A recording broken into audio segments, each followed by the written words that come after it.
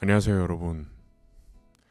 벚꽃이 어느새 다 떨어지고 곧 오게 될 여름을 알리는지 나무에 초록색 잎이 돋아나기 시작하더라고요. 더위를 좀 많이 타는 저는 벌써부터 여름이 무섭습니다. 올해 여름은 작년보다 얼마나 더 더울지, 와, 진짜 상상도 하기 싫어지네. 오늘부터 저는 제 채널에서 삶을 탐구하는 이런저런 주제들을 여러분들과 함께 나눠보려고 합니다. 여러분들도 공감이 가는 주제가 나온다면 댓글로 의견 나눠주시면 아주 감사하겠습니다. 그리고 지금 일주일에 한 번 제 여행 콘텐츠가 올라가고 있는데요.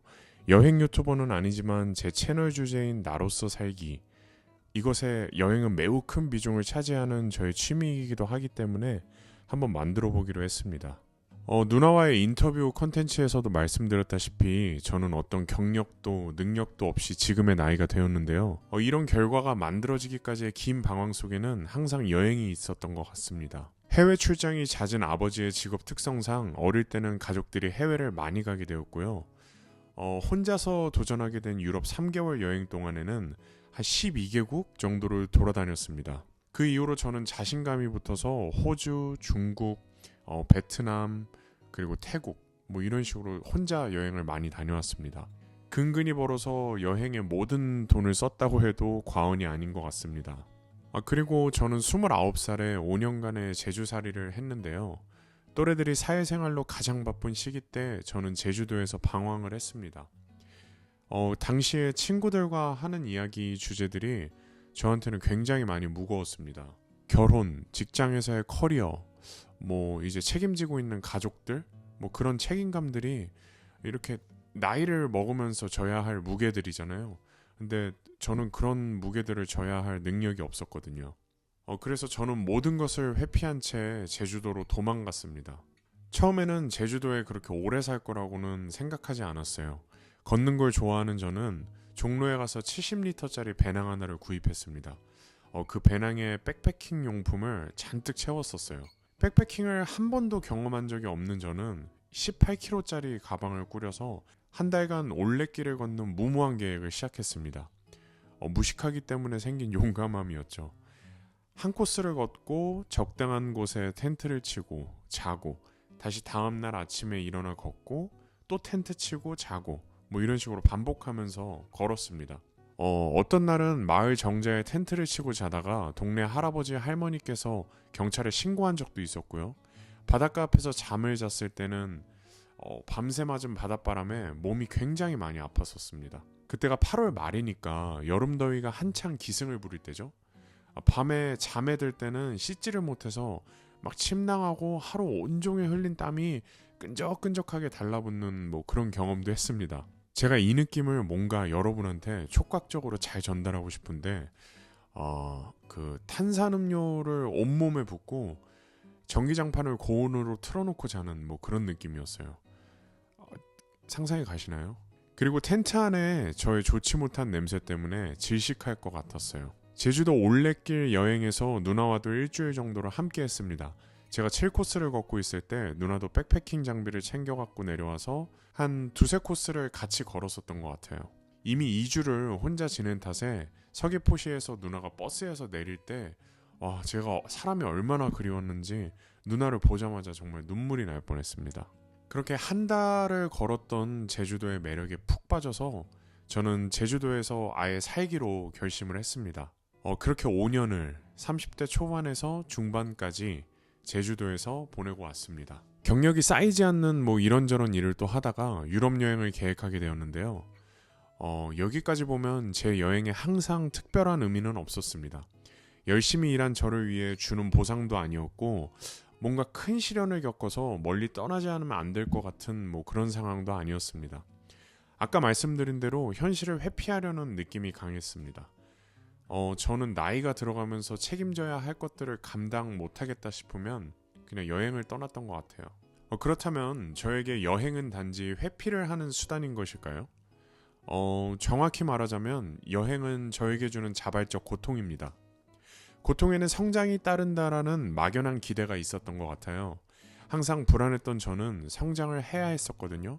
사회에 저를 던지고 관계 속에서 부딪히기보다 오롯이 혼자가 되는 여행을 선택한 것 같아요.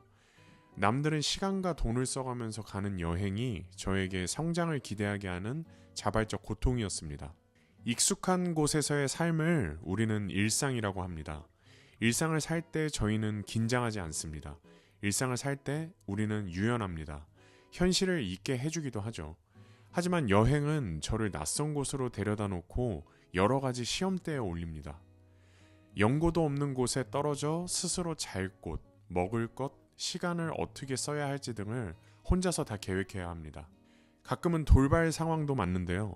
예약된 숙소에 예약금을 걸어두지 않아서 취소되었다든지, 기상 악화 때문에 숙소 밖을 못 나가게 되었다든지, 음식과 물이 입에 맞지 않아서 장염으로 고생을 한다든지, 여행은 이렇게 여러 가지 고통들로 저를 괴롭힙니다.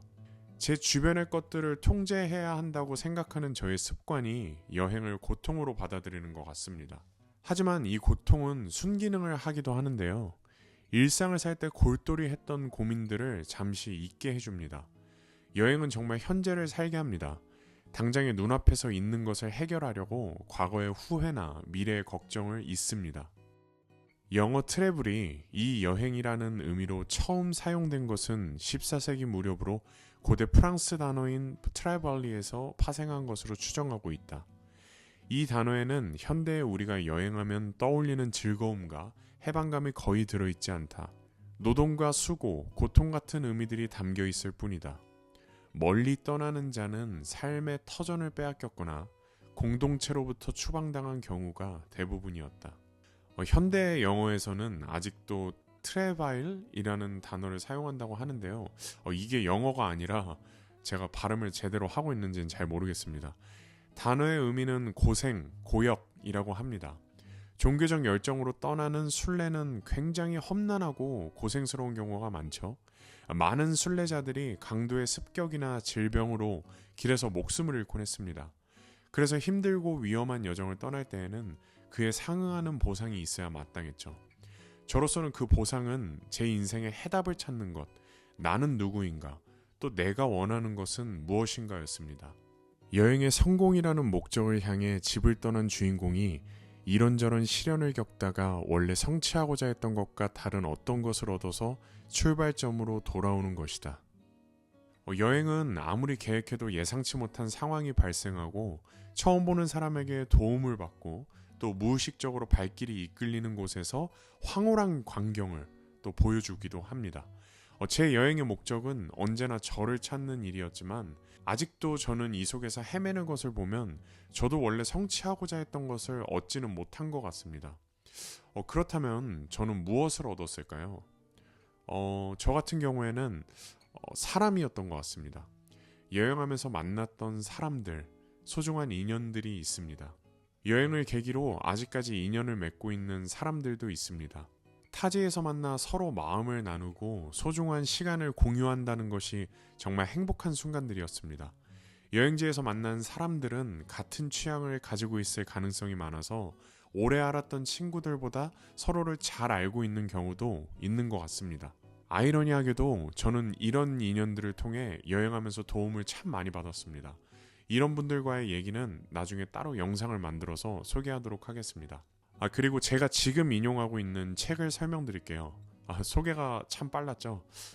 유럽 여행을 가기 전에 읽게 되었던 소설가 김영하 작가님의 여행의 이유입니다. 김영하 작가님께서 훌륭한 소설을 많이 쓰셨지만 책을 많이 읽지 않는 시절에 저는 TV 프로그램 알쓸 신잡으로 김영하 작가님을 알게 되었는데요. 그때 유시민 작가님이 김영하 작가님께 무슨 소설가가 저렇게 많은 걸 알고 있어? 라는 말씀을 하셨는데 저도 그런 생각들을 하면서 김영하 작가님의 책을 읽어보지 않고 팬이 돼버렸습니다. 근데 우연히 어느 날 서점에 갔다가 이 책을 발견했고 이 책 이후로 저는 책을 읽는 사람이 되었습니다. 책에 대한 이야기를 조금 하자면 저는 지금까지 여행을 고통으로 알고 있었습니다. 그러면서 나는 왜 이토록 여행하는 삶을 살았고 또 살려고 했는지 깨닫게 해준 책이었습니다. 제가 유럽 여행 가기 전에 한번 읽었고 또 유럽 여행을 다녀와서 한 번 더 읽었는데요. 이 책을 유럽 여행 다녀와서 읽었을 때 여행하기 전과는 다르게 또 더 깊게 다가오는 문장들이 많았습니다. 그런 문장들을 제가 좀 소개해드리도록 하겠습니다. 우리는 모두 정해진 일정이 무사히 진행되기를 바라며 안전하게 귀환하기를 원한다. 적어도 표면적으로는 그렇다. 그러나 우리의 내면에는 우리가 미처 깨닫지 못하는 강력한 바람이 있다. 여행을 통해 뜻밖의 사실을 알게 되고 자신과 세계에 대한 놀라운 깨달음을 얻게 되는 것. 그런 마법적 순간을 경험하는 것. 바로 그것이다. 그러나 이런 바람은 그야말로 뜻밖이어야 가능한 것이기 때문에 애초에 그걸 원한다는 것은 불가능하다. 뒤통수를 얻어맞은 것 같은 각성은 대체로 예상치 못한 순간에 찾아온다. 제가 아까도 말씀드렸다시피 여행에서의 뜻밖의 상황은 셀 수 없이 많습니다. 플랜 B에서 C까지 굉장히 여러 가지 경로를 만들어내도 예상치 못한 곳에서 어떤 일이 생기기도 합니다. 하지만 여행을 다녀와서 기억에 남는 것은 뜻밖의 순간들입니다. 그리고 그 순간 깨달은 저에 대한 뜻밖의 사실들입니다. 20대에 저는 친구가 굉장히 많은 엄청 활발한 사람이었는데요.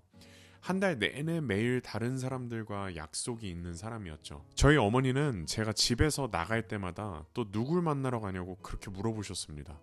집에 붙어있는 시간이 없이 밖에 나가서 사람들을 만나고 새벽에 집에 들어와서 또 다음 날 아침 일찍 나갔습니다. 저는 남자라면 이렇게 사람 관계도 잘하고 좀 리더십 있게 사람들도 이끌고 막 모임도 주최하고 뭐 그렇게 살아야 하는 줄 알았습니다. 그리고 남자라면 큰 덩치, 그리고 막 멋있게 난 수염, 카리스마, 뭐 막 이런 게 있어야 된다고 생각했죠. 실제 저의 성격은 그렇지 않았습니다. 제가 원하는 모습은 이상향에 가까운 모습이었습니다. 성격과 반대로 사는 삶이 저를 굉장히 갉아먹기 시작했습니다. 스트레스가 극에 달했을 때 저를 찾기 위해 제주도로 떠났던 것 같아요. 그게 제가 제주도에 간 이유였습니다. 아는 사람이 없는 낯선 곳에서 저 혼자 사유할 수 있는 시간이 많아졌습니다. 제주도에서 살았던 경험은 제 인생에 있어서 굉장히 마법 같은 순간이었던 것 같습니다. 후회할 일을 만들지 말아야 되고 불안한 미래는 피하는 게 상책이니 결국 아무것도 하지 않은 채 미적거리게 된다. 여행은 그런 우리를 이미 지나가 버린 과거와 아직 오지 않은 미래로부터 끌어내 현재로 데려다 놓는다. 여행이 끝나면 우리는 그 경험들 중에서 의미 있는 것들을 생각으로 받고 저장한다. 영감을 좇아 여행을 떠난 적은 없지만 길 위에 날들이 쌓여 지금의 나를 만들었다는 것은 부인할 수가 없다. 그리고 지금의 나는 또다시 어딘가로 떠나라고 다시 오직 현재를 살아가라고 등을 떠밀고 있다. 여행은 일상이 예민한 저에게 생각에 쉼을 줍니다. 제가 성격이 좀 예민한데요. 이런저런 생각들로 저 스스로를 괴롭힐 때가 많습니다. 그런데 여행은 그런 생각들로부터 자유롭게 해줍니다. 당장에는 오늘 잘 곳, 먹을 것, 낯선 곳에서 안전하게 나를 지키는 생각에 매몰되어 여행 전 머리를 싸맸던 그런 고민들은 잠깐 기억의 캐비넷에 꽉꽉 가둬두고 잊어버리게 되죠.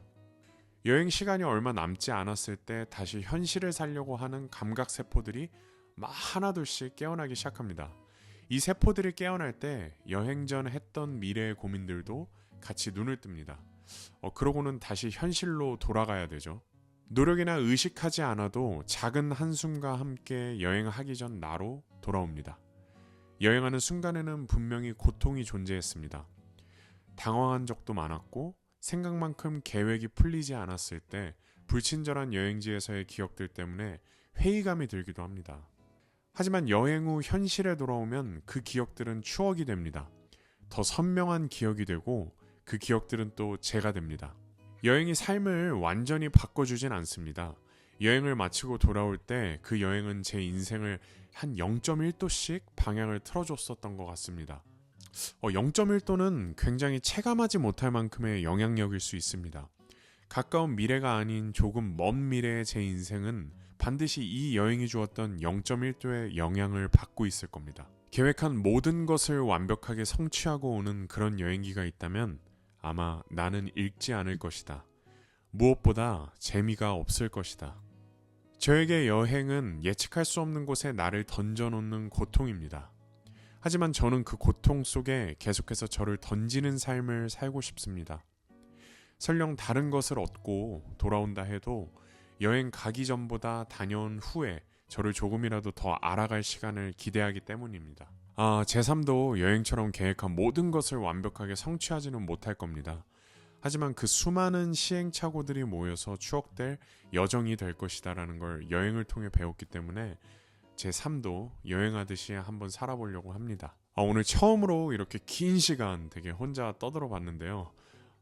이 팟캐스트 생각보다 혼자 떠드는 게 되게 재밌네요.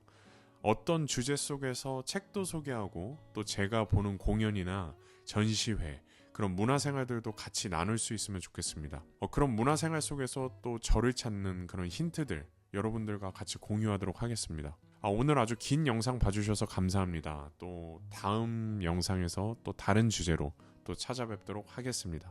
감사합니다.